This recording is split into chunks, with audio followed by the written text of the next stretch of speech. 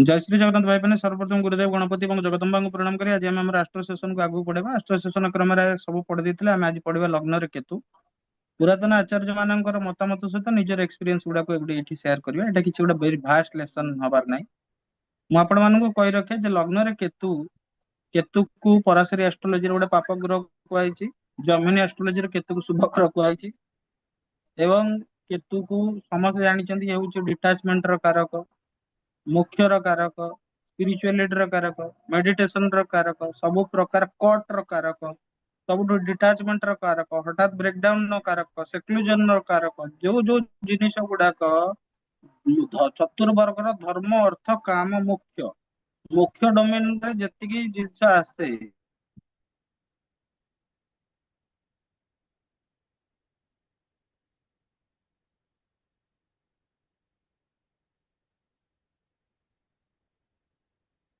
Hello. भाई steel level ना। हाँ भाई तो स्टेज ही स्टैचू है।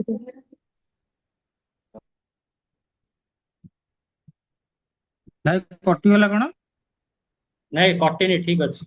भाई भाई ठीक अच्छी। ठीक है सर हाँ तुम एडिट हाँ हाँ एडिट करियो तो सब धर्म चतुर्वर्ग धर्म अर्थ काम मुख्य जो अच्छी मुख्य डोमेन अंडर रे जो जेतिकी सब जिनिस आसे सेटा सब केतु रूल करन केतु रिप्रेजेंट करे पास्ट लाइफ कर्म को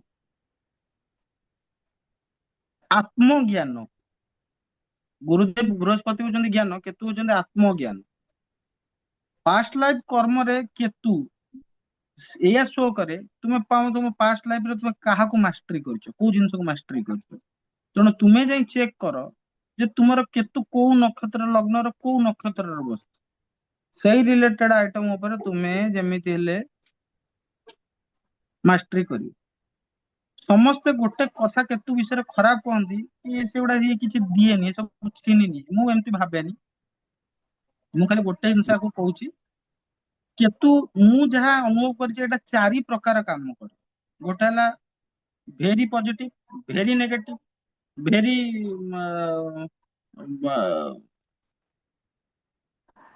ମୁଁ ତ କହିପାରିବିନି ଯେ କେତୁ ସବୁ କିଛି ଦେଇଦିଏ ଏଟା କହିବା ଦୃଷ୍ଟତା ହବ କିନ୍ତୁ ଗୋଟେ ଜିନିଷ ପକ୍କା ଦିଏ କେତୁ କୁ ଡିଲ୍ କରିବାକୁ ହେଲେ ତୁମ ମାନଙ୍କର ଇଣ୍ଟେଣ୍ଟ ଟା କ୍ଲିୟର ହବା ଦରକାର ଭଗବାନଙ୍କର ଲେଖା ସଂସାରରେ ଭଗବାନ କାଟି ପାରିବେ ନାହିଁ ଭଗବାନଙ୍କର କୌଣସି ଗୋଟେ ଭକ୍ତ କାଟି ପାରିବ ଭଗବାନଙ୍କର ସେ ଭକ୍ତଟା ହଉଛି କେତୁ ତମ କୁଣ୍ଡଳୀରେ ଚାहे ଲେଖା ଥାଉ ଚାहे ଲେଖା ନଥାଉ ଯଦି କୌଣସି ଭଗବାନଙ୍କର ଭକ୍ତ ତମକୁ ଆଶୀର୍ବାଦ କରିଦେଲା ସେଟା ତମକୁ ଯେମିତି ହେଲେ ଫଳ ପ୍ରାପ୍ତ ହେବା କଥା ହେବ ଦ୍ୟାଟ ଇଜ କେତୁ ଯୋଉମାନଙ୍କ ଲଗ୍ନରେ କେତୁ ଜେନେରାଲ ଦେଖିବାକୁ ପଡେ ସେମାନେ ଇଣ୍ଟ୍ରୋଭର୍ଟ ହେଇଥାନ୍ତି ସେ ଯେମିତି ହେଲେ କୌଣସି ଡିପ୍ରେସନ କୁ ପଳେଇବେ हजार ଭିଡରେ ବି ତାଙ୍କୁ ପସନ୍ଦ ଆସିବନି ସେ ତାଙ୍କୁ ଏକା ଏକୁଟିଆ ରହିବାକୁ ପସନ୍ଦ ଆସିବ ତାଙ୍କର ସେମାନେ ଯଦି ନିଜକୁ କେତୁ ଭଳିଆ ମେଣ୍ଟେନ କରିକି ନ ରଖିବେ ଗୋ ଗେଟର ହେବେ ରାହୁ ପଛରେ ଦୌଡ଼ିବେ ତାହେଲେ କଣ ହବ ତାଙ୍କ ସାଙ୍ଗେ ତାଙ୍କ ଜୀବନ ନର୍କ ବନିଯିବ ବ୍ୟାକଷ୍ଟାବିଂ ହେଇଯିବ ତାଙ୍କ ଜୀବନର ମୁଖ୍ୟ ମାନେ ଗୋଟେ ଜୀବନର ମାନେ ଗୋଟେ ପାର୍ଟ ଲୋକ ତାକୁ ବ୍ୟାକଷ୍ଟାପ କରିବା କଥା କରିବେ କିଏ ରୋକିପାରିବେ କାରଣ ସେ ନିଜେ କେତୁ ସିଏ ଯାଇକି ଲୋକମାନଙ୍କ ସହିତ ମିଶିବ ତାକୁ କେତୁ କଲ୍ଟ କରିବ ନିଶ୍ଚିତ ଭାବରେ ଏମାନେ ନିଜେ ନିଜେ ଲୁଚିକି ଯାଇ କାନ୍ଦନ୍ତି ତାଙ୍କୁ କେହି ବୁଝିପାରନ୍ତିନି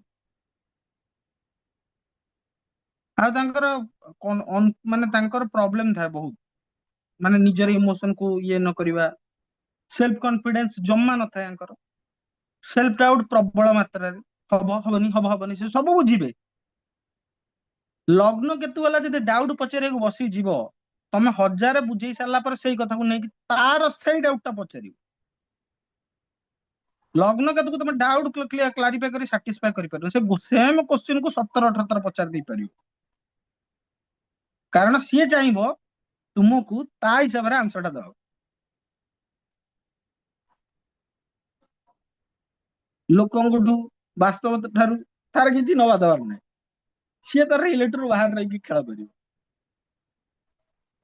ସଡନ ଲାଇଫ ଚେଞ୍ଜ ଇନଷ୍ଟାବିଲିଟି କେତୁର ଗୋଟେ ପାରାମିଟର।